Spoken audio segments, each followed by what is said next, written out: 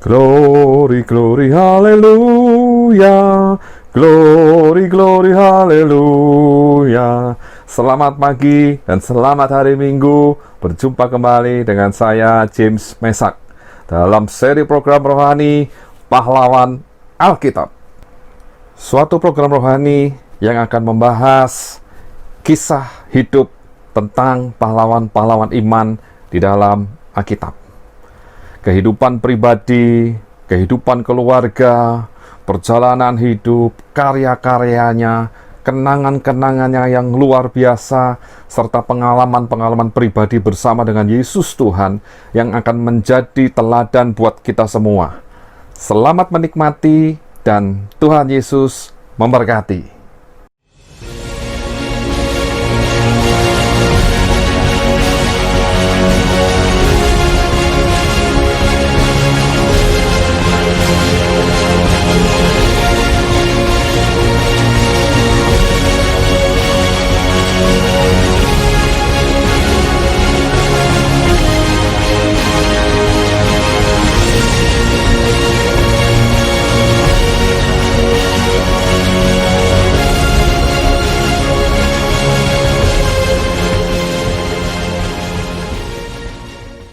Shalom, selamat pagi kasih Tuhan. Berjumpa kembali dalam program Pahlawan Alkitab, seri yang ke-6, yaitu tentang Esther. Kita akan membahas kehidupan pahlawan Alkitab wanita yang bernama dengan Esther. Nah, kita akan bahas poin pertama, kehidupan keluarga Esther. Esther lahir di sekitar tahun 492 sebelum Masehi, terlahir dengan nama Hadasa, dalam arti bahasa Yahudi yang memiliki arti dihiasi dengan keindahan, dan dalam nama Persia adalah Esther yang berarti bintang. Esther adalah anak dari Abihail, seorang Yahudi yang tinggal di Persia.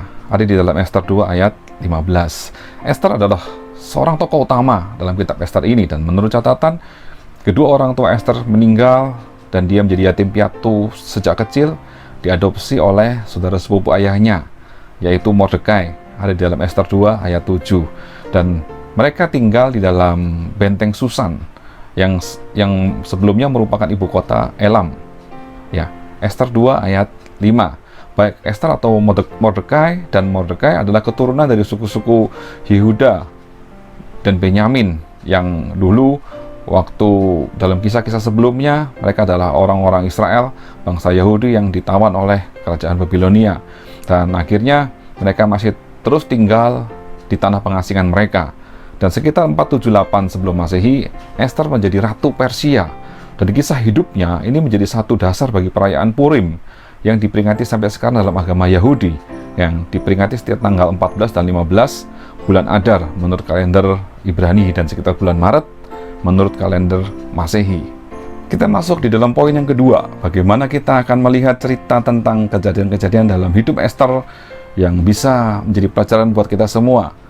Nah, kisah pertama dimulai dari Raja Ahasiweros yang menjadi penguasa kekaisaran atau pemerintahan Persia, mengadakan satu perjamuan mewah selama 180 hari lamanya untuk pejabat tinggi negara, dan ditambah perjamuan 7 hari untuk penduduk ibu kota dari Susan. Ada di dalam Esther 1 ayat 1-9. Dan dikisahkan di akhir perjamuan, Raja Ahasiweros mengundang Ratu Wasti untuk menunjukkan kecantikannya dengan menggunakan mahkota kerajaan, tetapi Ratu Wasti menolak, sehingga Ratu Wasti diberhentikan dari jabatannya sebagai permaisuri. Dan ini yang membuat akhirnya raja mengeluarkan satu peraturan untuk memilih seorang ratu baru dari sejumlah wanita muda yang cantik dari seluruh kekaisarannya. Ada di dalam kisah Esther 2 ayat 1-4. Dan dikisahkan dalam Esther 2 ayat 5-7 bagaimana seorang perempuan Yahudi yang elok dan cantik parasnya itu mengikuti pemilihan daripada ratu Persia, dan dia adalah keponakan dari Mordekai yang bernama Esther. Dan akhirnya Esther terpilih menjadi ratu yang baru. Dan ini ada di dalam kisah Esther 2 ayat 8-20. Dan kisah masih berlanjut di mana Mordekai akhirnya menemukan sebuah komplotan dari dua orang istana, yaitu Bigtan dan Teres, yang berusaha membunuh Raja Ahasiweros. Tetapi ternyata bisa diketahui oleh Mordekai dan disampaikan ke Esther. Kemudian Esther menyampaikan kepada sang raja, dan akhirnya raja menangkap dan membunuh konspirator itu. Ada di dalam Esther 2 ayat 21-23.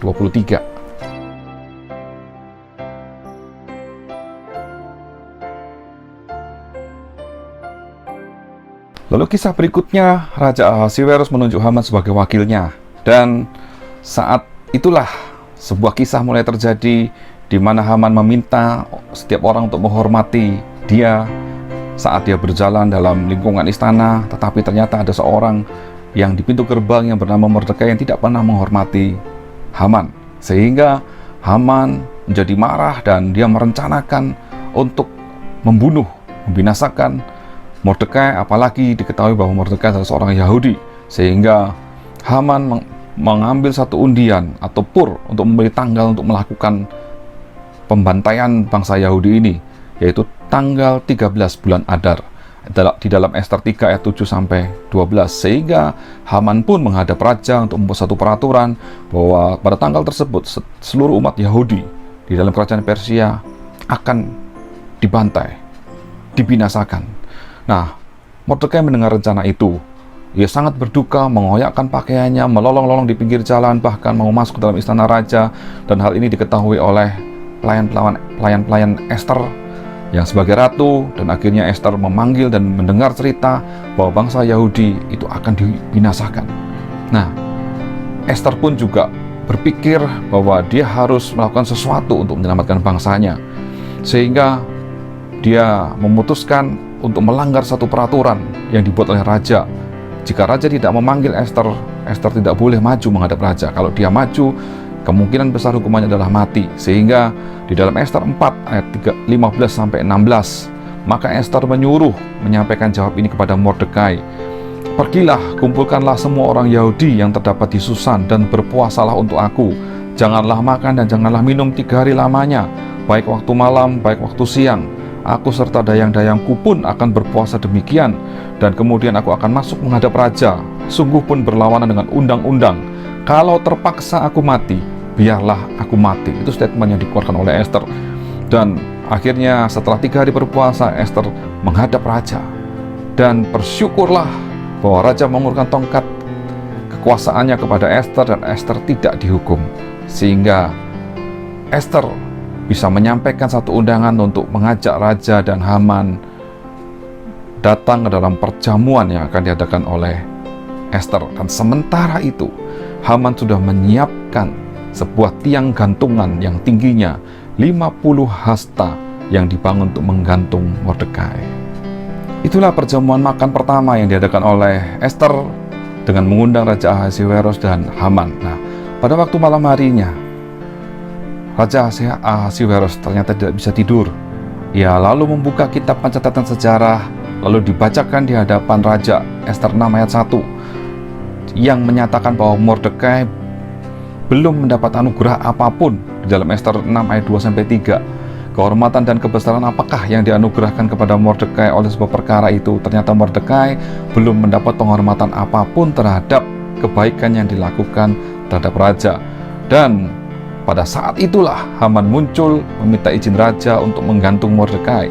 Tetapi sebelum mengajukan permohonannya itu, raja bertanya kepada Haman apa yang harus dilakukan untuk orang yang raja ingin menghormatinya. Dan Haman berpikir itu menunjuk kepada dirinya sendiri. Ternyata Haman menyarankan agar lelaki itu dikenakan jubah kerajaan dan mahkota dan dibawa keliling dengan kuda raja. Sementara ada seorang pemberita yang menyerukan, beginilah dilakukan kepada orang yang raja berkenan menghormatinya. Di dalam Ester 6 ayat 7 sampai 9. Yang mengejutkan adalah raja mengizinkan dan memerintahkan Haman untuk melakukannya terhadap Mordekai. Ester 6 ayat 10 sampai 11. Sehingga Haman pun makin marah, makin dongkol dan makin ingin membunuh Mordekai.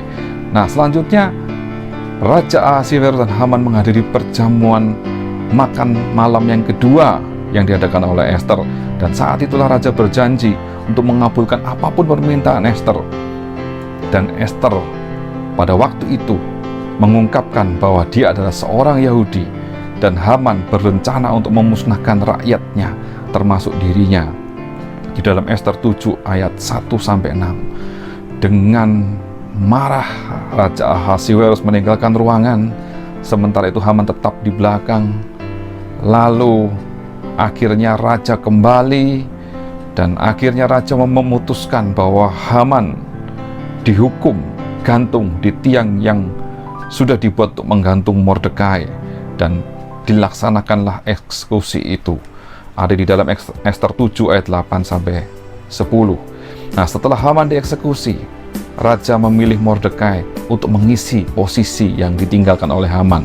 Itu ada di dalam Ester 8 ayat 1 sampai 3. Lalu bagaimana dengan perintah dan dekret yang sudah dikeluarkan oleh raja pada saat Haman meminta untuk membinasakan seluruh bangsa Yahudi? Dekret tersebut tidak dapat dibatalkan karena ada segel kerajaan yang resmi, sehingga akhirnya raja memutuskan untuk membuat sebuah perintah dekret baru di mana raja mengizinkan orang-orang Yahudi untuk bergabung bersama dan menghancurkan setiap orang atau semua orang yang berusaha membinasakan orang Yahudi. Ada di dalam Ester 8 ayat 4 sampai 14. Dan pada tanggal 13 Adar, 10 putra Haman dan 500 orang pria lainnya terbunuh di Susan. Ester 9 ayat 1 sampai 12. Bahkan setelah mendengar permintaan Ester ini, hal ini diulangi berikutnya. Di hari berikutnya 300 orang lagi terbunuh. Ester 9 ayat 13 sampai 15. Dan lebih dari 75.000 orang dibantai oleh orang Yahudi yang berhati-hati untuk tidak menjarah. Ester 9 ayat 16 sampai dengan 17. Dan inilah kemenangan yang diberikan oleh Tuhan kepada bangsa Yahudi, bangsa pilihannya yang ada di dalam benteng Susan dan dalam kerajaan Persia, supaya bangsa Yahudi tidak terbinasakan tetapi terselamatkan. Oleh sebab itu, Mordekai dan Ester mengirim surat ke seluruh provinsi untuk melangsungkan peringatan tahunan penebusan orang Yahudi dalam sebuah hari libur yang disebut dengan Purim. Di dalam Ester 9 ayat 20 sampai 28. Ester, saya bacakan dalam Ester 9 ayat 21, untuk mewajibkan mereka supaya tiap-tiap tahun merayakan hari yang ke-14 dan yang ke-15 bulan Adar. Ayat 22, karena pada hari-hari itulah orang Yahudi mendapat keamanan terhadap musuhnya, dan dalam bulan itulah duka cita mereka berubah menjadi sukacita, dan hari perkabungan menjadi hari gembira, dan supaya menjadikan hari-hari itu hari perjamuan dan sukacita, dan hari untuk mengantar makanan, dan untuk bersedekah kepada orang-orang miskin. Raja Ahasiweros tetap menjadi raja yang kuat dalam pemerintahannya, melanjutkan pemerintahannya dengan Mordekai mengambil posisi penting dalam istana raja.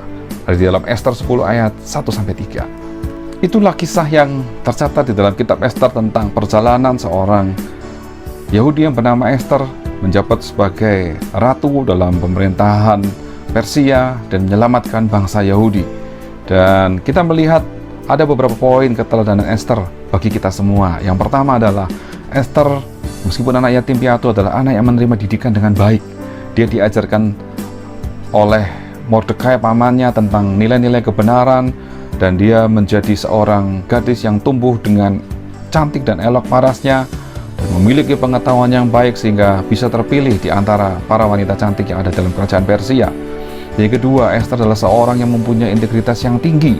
Ester menyadari posisinya, jabatan yang tinggi, juga memiliki tanggung jawab yang tinggi dan besar, sehingga Ester melakukan apa yang menjadi bagian sesuai dengan porsinya sebagai seorang ratu.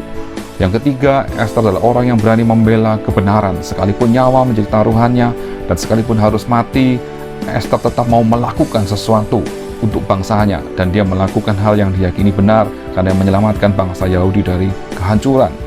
Ester juga adalah orang yang taat dan setia. Ester adalah orang yang taat terhadap perintah pamannya, di mana dia tidak menyebutkan identitasnya sebagai seorang Yahudi, dan dia terus melakukannya sampai pada waktunya yang tepat dia menyatakannya. Dan itulah yang dikerjakan oleh Tuhan dalam kehidupan Ester, sehingga Ester bisa menjadi berkat buat bangsanya. Dan Ester adalah seorang pahlawan yang diceritakan di dalam Alkitab, adalah seorang pahlawan wanita yang luar biasa. Lalu bagaimana dengan hidup kita? Pelajaran apa yang kita bisa ambil dari kisah Ester ini? Tuhan tidak pernah salah dalam memilih dan menempatkan Ester sebagai ratu dalam kerajaan Persia, sesuai dengan waktu Tuhan yang tepat untuk menyelamatkan bangsa Yahudi dari pembantaian. Demikian juga dengan hidup kita. Tuhan tidak salah memilih dan menempatkan kita masing-masing ada di dalam keluarga, di dalam pekerjaan, di dalam tugas pelayanan, di dalam kehidupan ini untuk melakukan sesuatu bagi Tuhan. Dan apapun yang Bapak Ibu Saudara lakukan, yang dilakukan dengan sungguh-sungguh untuk Tuhan, itu akan mempermuliakan nama Tuhan. Dan bukti pemeliharaan bangsa Israel Tuhan terhadap bangsa Israel, dan bukti bahwa Tuhan memakai Ester sebagai alatnya adalah dengan menyelamatkan bangsa Yahudi dari kehancuran. Jadi mari kita tetap percaya bahwa Tuhan pun akan memakai kehidupan kita sama seperti Ester dipakai oleh Tuhan untuk menjadi alatnya, sekalipun kita menghadapi tantangan yang sangat berat, bahkan nyawa menjadi taruhannya.